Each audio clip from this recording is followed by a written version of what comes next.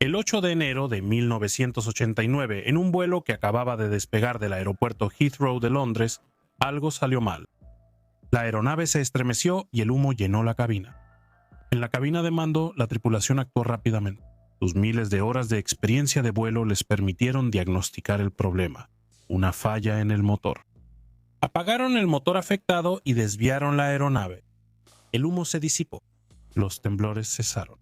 Estaban seguros de que tenían la emergencia bajo control, pero pronto descubrirían que habían cometido un pequeño, simple pero fatal error. British Midland Airways era una aerolínea con una larga historia. Fundada en 1938, inicialmente era una institución militar. Su principal negocio era entrenar a los pilotos de la Reserva Voluntaria de la Real Fuerza Aérea, cuyas habilidades se volvieron desesperadamente necesarias durante los años de la Segunda Guerra Mundial.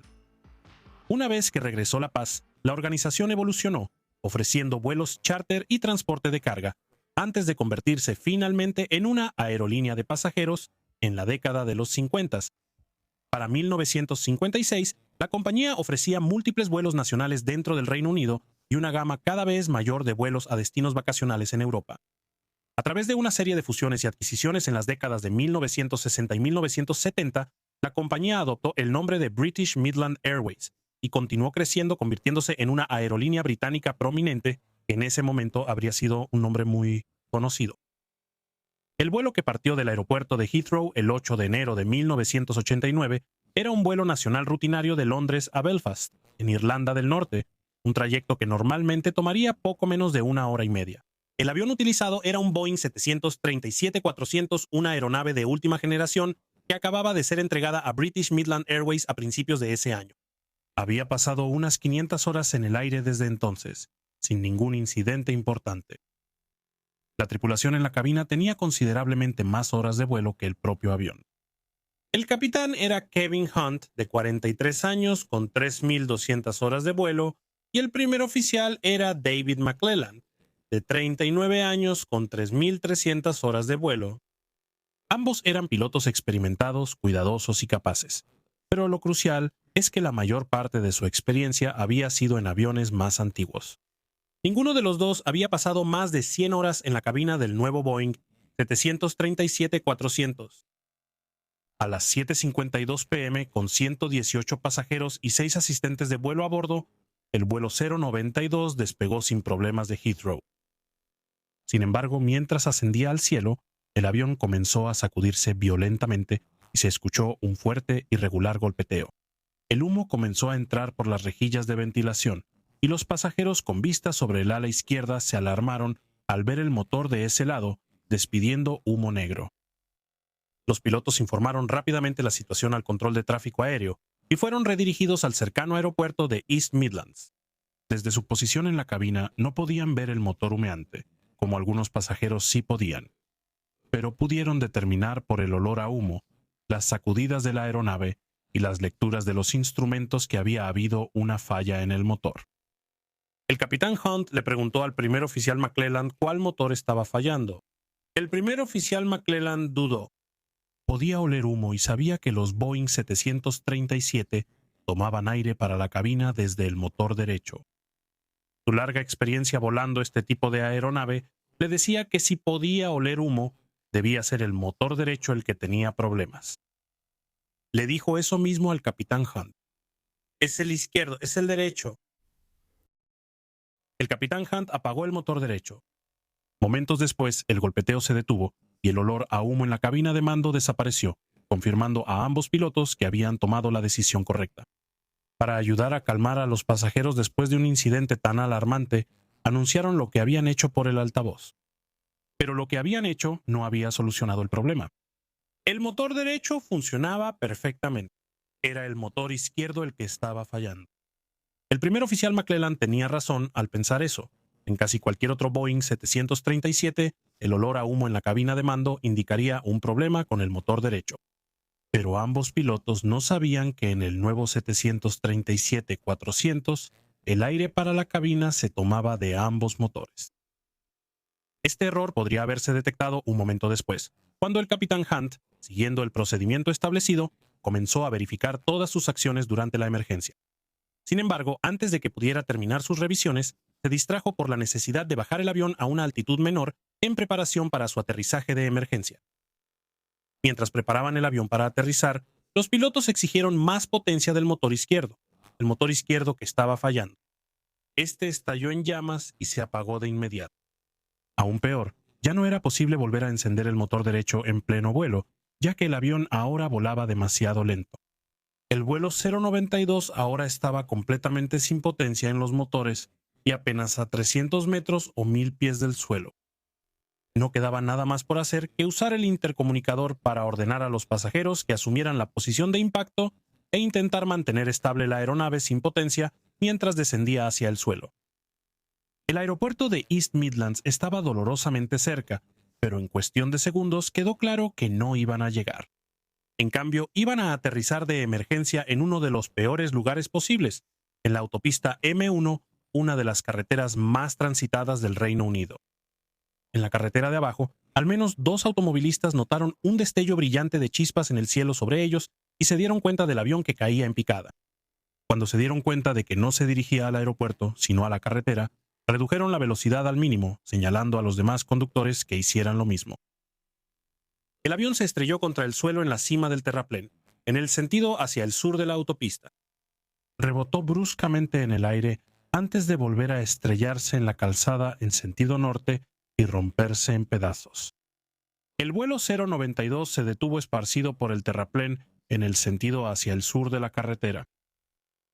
Las acciones de los conductores en ambos sentidos, combinadas con la simple buena suerte, hicieron que ni un solo auto estuviera involucrado en el accidente. En medio de los escombros, la historia era diferente. La desintegración de la aeronave causó heridas graves a decenas de pasajeros, ya que algunas filas de asientos se desprendieron y quedaron aplastadas contra las filas de adelante. Muchos pasajeros también resultaron heridos por el equipaje que cayó, ya que todos los compartimientos superiores, excepto uno, se abrieron durante el accidente. El motor dañado estaba en llamas, pero en ese momento el fuego aún no se estaba propagando. Debido a la ubicación del accidente, algunas de las primeras personas en llegar fueron automovilistas que se detuvieron justo antes del lugar del accidente. Una tripulación de botes salvavidas que regresaba de una excursión fue acompañada por un grupo de 8 soldados SAS, un fisioterapeuta, un ex Royal Marine y muchos otros voluntarios mientras se acercaban al lugar. Fueron recibidos por la imagen surrealista de un sobrecargo uniformado de la aerolínea que deambulaba aturdido por la autopista. Les tomó un momento darse cuenta de que no era un testigo del accidente, sino una persona que iba a bordo del avión, que había sido expulsada y que milagrosamente había sobrevivido. Cerca de ahí, otro pasajero seguía en su asiento, pero ahora estaba atascado de manera incongruente entre las ramas de un árbol. El olor del combustible de aviación derramado se mezclaba con el olor de la comida y bebida derramadas del avión. Era una escena surrealista. Los voluntarios en el lugar ayudaron a los heridos lo mejor que pudieron hasta que llegaron los servicios de emergencia. Los primeros bomberos llegaron al sitio por una vía de acceso al aeropuerto antes de abrirse paso entre la maleza a pie para llegar a la autopista. Cuando salieron de los arbustos, se sorprendieron al descubrir que el accidente era real. Varios de ellos habían asumido que los reportes de un accidente tan grave cerca de un aeropuerto tan pequeño solo podían ser un ejercicio de entrenamiento. Cada uno de los pasajeros había sufrido una lesión y todos menos 5 de ellos estaban en estado grave. La pasajera Dominica McGowan despertó entre los escombros y encontró a todos a su alrededor inconscientes. A pesar de tener la espalda y la pelvis rotas, además de varias otras lesiones, se liberó de su asiento y se arrastró hasta ponerse a salvo. Mientras tanto, Graham Pearson, un ex Royal Marine que había estado conduciendo por la M1 justo antes del accidente, entró en la aeronave destrozada y brindó primeros auxilios a varios sobrevivientes. Sacó a un niño de 7 meses de entre los escombros. El niño, Ryan McCallion, sobrevivió. Su madre, quien lo protegió con su cuerpo durante el accidente, no sobrevivió. En otro lugar, un hombre gravemente herido fue sacado de los escombros. Aturdido y quizás bromeando a pesar de sus graves heridas, saludó a sus rescatistas y les preguntó si podrían recuperar también sus compras libres de impuestos perdidas. En la parte delantera de la aeronave, ambos pilotos habían sobrevivido, aunque con heridas extremadamente graves. Se les unió la fisioterapeuta Helen Esplan, quien había estado conduciendo a casa después de unas vacaciones por la M1 antes del accidente. Ella trepó a la cabina y pasó más de 2 horas hablando con David McClelland para mantenerlo consciente mientras lo sacaban de los escombros. Durante la noche, decenas de pasajeros y tripulantes sobrevivientes fueron trasladados a hospitales cercanos y el incendio en el motor en llamas fue controlado con espuma contra incendios. Para cuando concluyó la operación de rescate, 39 de los 118 pasajeros habían fallecido. 8 más fallecerían posteriormente en el hospital a causa de sus heridas. Tras el accidente se inició una investigación para determinar qué había salido mal. El examen de los restos reveló que una pala del ventilador en el motor izquierdo se había roto y había sido absorbida por el motor. Esto fue lo que causó la falla del motor y finalmente el incendio en el motor. Sin embargo, debería haber sido posible sobrevivir a esto. El avión tenía 2 motores y podía aterrizarse en una emergencia usando solo uno. Pero en lugar de hacer eso, los pilotos, en un momento de confusión, apagaron el motor funcional, no el que estaba dañado. Se concluyó que fue un error del piloto lo que causó el accidente. Los pasajeros sobrevivientes y los asistentes de vuelo del vuelo 092 recordaron que habían visto que el motor izquierdo estaba echando humo y escucharon al capitán anunciar que el motor derecho había sido apagado, pero nadie avisó a la cabina de mando sobre el error. En el caso de los pasajeros, no creían que tuvieran la suficiente preparación como para aportar algo que fuera útil para un piloto de aerolínea durante una emergencia. Como lo expresó un sobreviviente, un repartidor de pan, en una entrevista posterior, estábamos pensando, ¿por qué está haciendo eso? Porque vimos llamas saliendo del motor izquierdo. Pero yo solo era un repartidor de pan. ¿Qué sabía yo? Mientras tanto, los sobrecargos creían que, en una situación de emergencia, entrar a la cabina de mando para proporcionar información o pedir aclaraciones solo sería una distracción para los pilotos. En todo el mundo, la nueva capacitación para todo el personal de las aerolíneas reforzó la importancia de la comunicación entre los sobrecargos y los pilotos, especialmente durante una emergencia. Ahora es una práctica común en la mayoría de las aerolíneas que la tripulación de cabina pueda cuestionar a los pilotos si creen que se ha cometido un error grave. También se hicieron cambios significativos en la posición de seguridad. Al estudiar las lesiones sufridas por los pasajeros que sí y que no adoptaron la posición de protección, los científicos pudieron identificar varias optimizaciones a la postura. Por ejemplo, indicar a los pasajeros que metan las piernas hacia atrás, coloquen los pies firmemente en el suelo y mantengan los codos pegados al cuerpo. Esta nueva posición de seguridad optimizada se convirtió en el estándar en las aerolíneas del Reino Unido. Ambos pilotos perdieron sus empleos después del accidente. Admitieron que sus errores habían causado el accidente, pero también señalaron que sería valioso para la aerolínea investigar por qué habían cometido esos errores. Se identificaron varias posibles razones. Por ejemplo, no habían recibido ningún entrenamiento específico para el nuevo 737-400 y no había simuladores de esta aeronave en particular disponibles en ningún lugar del Reino Unido. El ex primer oficial McClelland recibió posteriormente un acuerdo extrajudicial por despido injustificado.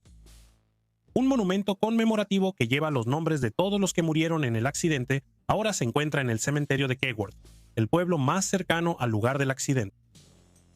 Conmemora un desastre causado por un solo error simple, pero un error que, con la capacitación y los sistemas adecuados, nunca debería repetirse.